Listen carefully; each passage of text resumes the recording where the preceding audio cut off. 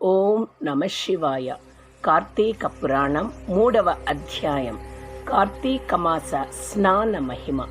జనక మహారాజా, కార్తీక మాసమున ఏ ఒక్క చిన్న దానము చేసినను అది గొప్ప ప్రభావము కలదై వారికి సకలైశ్వర్యములు కలుగుటయే కాక మరణానంతరం శివ సాన్నిధ్యమును చేరుదురు. కానీ కొంతమంది ఆస్థిరములైన భోగ భాగ్యములు విడవలేక కార్తీక స్నానములు చేయక అవినీతి పరులై భ్రష్టులై సంచరించి కడకు క్షుద్ర జన్మలు అనగా కోడి కుక్క పిల్లిగా జన్మింతురు.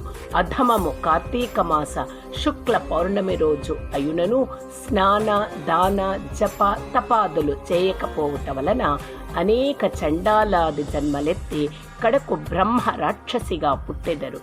దీనిని గురించి నాకు తెలిసిన ఇతిహాసము ఒకటి వినిపించెదను. సపరివారముగా శ్రద్ధగా ఆలకింపుము.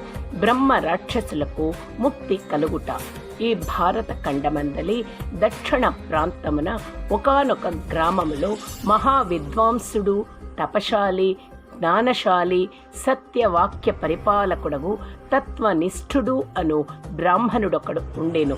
ఒకనాడ బ్రాహ్మణుడు తీర్థయాత్రాసక్తుడై అఖండ గోదావరికి బయలుదేరెను.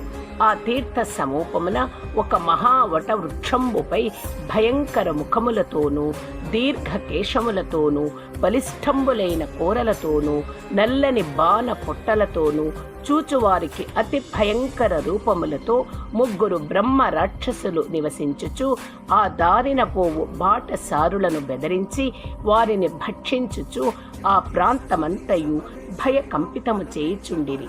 తీర్థయాత్రకై బయలుదేరి అఖండ గోదావరి పుణ్యక్షేత్రమున పితృదేవతలకు పిండ ప్రదానము చేయుటకు వచ్చుచున్న విప్రుడు ఆ వృక్షము చెంతకు చేరుసరికి యథాప్రకారము బ్రహ్మ రాక్షసులు క్రిందకు దిగి అతనిని చంపబోవు సమయమున బ్రాహ్మణుడు ఆ భయంకర రూపములను చూచి గజగజ వణుకుచు ఏమియూ తోచక నారాయణ స్తోత్రం బిగ్గరగా పఠించుచు ప్రభో ఆర్తత్రాణ పరాయణ అనాథ రక్షక, ఆపదలో నున్న గజేంద్రుని, నిండు సభలో అవమానాలు పలుకుచున్న మహాసాధ్వి ద్రౌపదిని, బాలుడగు ప్రహ్లాదుని రక్షించిన విధముగానే ఈ పిశాచముల బారి నుండి నన్ను రక్షించు తండ్రి అని వేడుకొనగా ఆ ప్రార్థనలు విన్న బ్రహ్మ రాక్షసులకు జ్ఞానోదయము కలిగి, మహానుభావ, మీ నోటి నుండి వచ్చిన శ్రీమన్నారాయణ స్తుతి విని మాకు జ్ఞానోదయం అయినది, మమ్ము రక్షింపుడు అని ప్రాధేయపడిరి. వారి మాటలకు విప్రుడు ధైర్యం తెచ్చుకొని, ఓయి మీరెవరు, ఎందులకు మీకీ రాక్షస రూపంబులు కలిగెను, మీ వృత్తాంతము తెలుపుడు అని పలకగా వారు, విప్రపుంగవ, మీరు పూజ్యులు, ధర్మాత్ములు, వ్రతనిష్టాపరులు, మీ దర్శన భాగ్యం వలన మాకు పూర్వ జన్మనందలి కొంత జ్ఞానము కలిగినది, ఇక నుండి మీకు మా వలన ఏ ఆపద కలగదు అని అభయమిచ్చి అందొక బ్రహ్మ రాక్షసుడు తన వృత్తాంతము ఈ విధముగా చెప్పసాగెను. నాది ద్రావిడ దేశం. బ్రహ్మణుడను నేను మహాపండితుడనని గర్వము కలవాడినై ఉంటిని. న్యాయ విచక్షణలు మాని పశువునై ప్రవర్తించి తిని. బాటసారుల వద్ద, అమాయకపు గ్రామస్తుల వద్ద దౌర్జన్యంగా దానం లాగుకొనుచు దుర్వ్యసనాలతో భార్యాపుత్రాదులను సుఖపెట్టగా పండితులను అవమానపరచుచు లబ్ధుడునై లోక కంటకుడుగా నుంటిని.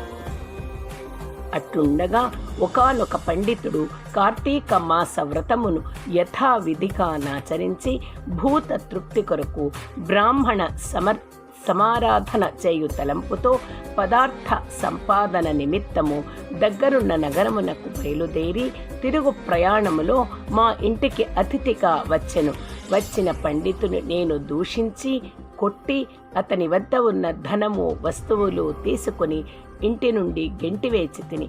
అందులకు విప్రునకు కోపము వచ్చి, ఓరి నీచుడా, అన్యక్రాంతముగా డబ్బు కూడా పెట్టినది చాలక, మంచి చెడ్డలు తెలియక, తోటి బ్రాహ్మణుడని కూడా ఆలోచించక కొట్టి తిట్టి వస్తు సామగ్రిని దోచుకొంటివి.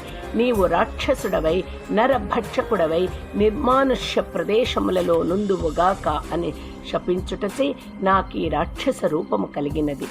బ్రహ్మాస్త్రమునైనను తప్పించుకొనవచ్చును, కానీ బ్రాహ్మణ శాపమును తప్పించలేము గదా.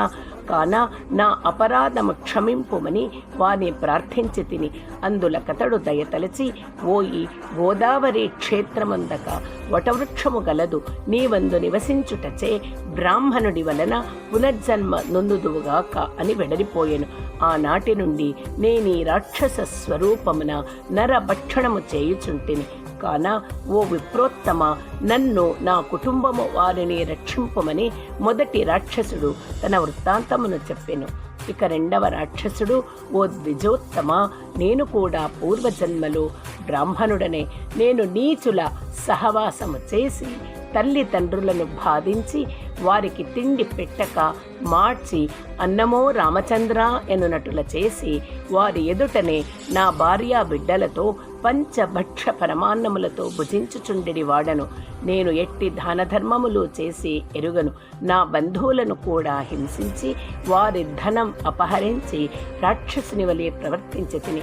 కావున నాకీ రాక్షస సత్వం కలిగిను. నన్ని పాప పంకిలము నుండి ఉద్ధరింపుము అని బ్రాహ్మణుని పాదములపై పడి పరిపరి విధములా వేడుకొనెను. మూడవ రాక్షసుడు కూడా తన వృత్తాంతమును ఇటుల తెలియజేసెను. మహాశయ, నేనొక సంపన్న కుటుంబములో పుట్టిన బ్రాహ్మణుడను.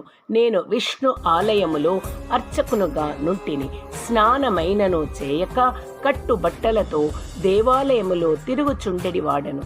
భగవంతుని ధూప దీప నైవేద్యములైనను అర్పింపక భక్తులు కొనిదెచ్చిన సంభావమును నా ఉంపుడు గత్తెకు అందచేయుచు మద్యము మాంసము సేవించుచు పాప కార్యములు చేసినందున నా మరణనంతరం ఈ రూపము ధరించి తిని.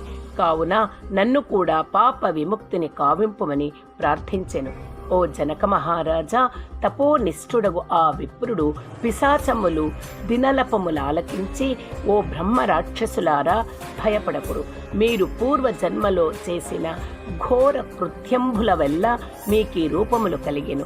నా వెంట రెండు, మీకు విముక్తును కలిగింతును అని వారి నోదార్చి తనతో కొనిపోయి ఆ ముగ్గురి చేతన విముక్తి సంకల్పము చెప్పుకొని తానే స్వయముగా గోదావరిలో స్నానం ఆచరించి స్నాన పుణ్య ఫలమున ముగ్గురు బ్రహ్మ రాక్షసులకు దారపోయగా వారి వారి రాక్షస రూపములు పోయి దివ్య రూపములు ధరించి వైకుంఠమున కేగిరి. కార్తీక మాసములో గోదావరి స్నానమాచరించినచో హరిహరాదులు సంతృప్తి నొంది వారికి సకలైశ్వర్యములు ప్రసాదించురు. అందువలన ప్రయత్నించి అయినా సరే కార్తీక స్నానాలను ఆచరించాలి. ఇట్లు స్కాంద పురాణాంతర్గత వశిష్ఠ ప్రోక్త కార్తీక మహత్యమందలి 3వ అధ్యాయం 3వ రోజు పారాయణం సమాప్తం.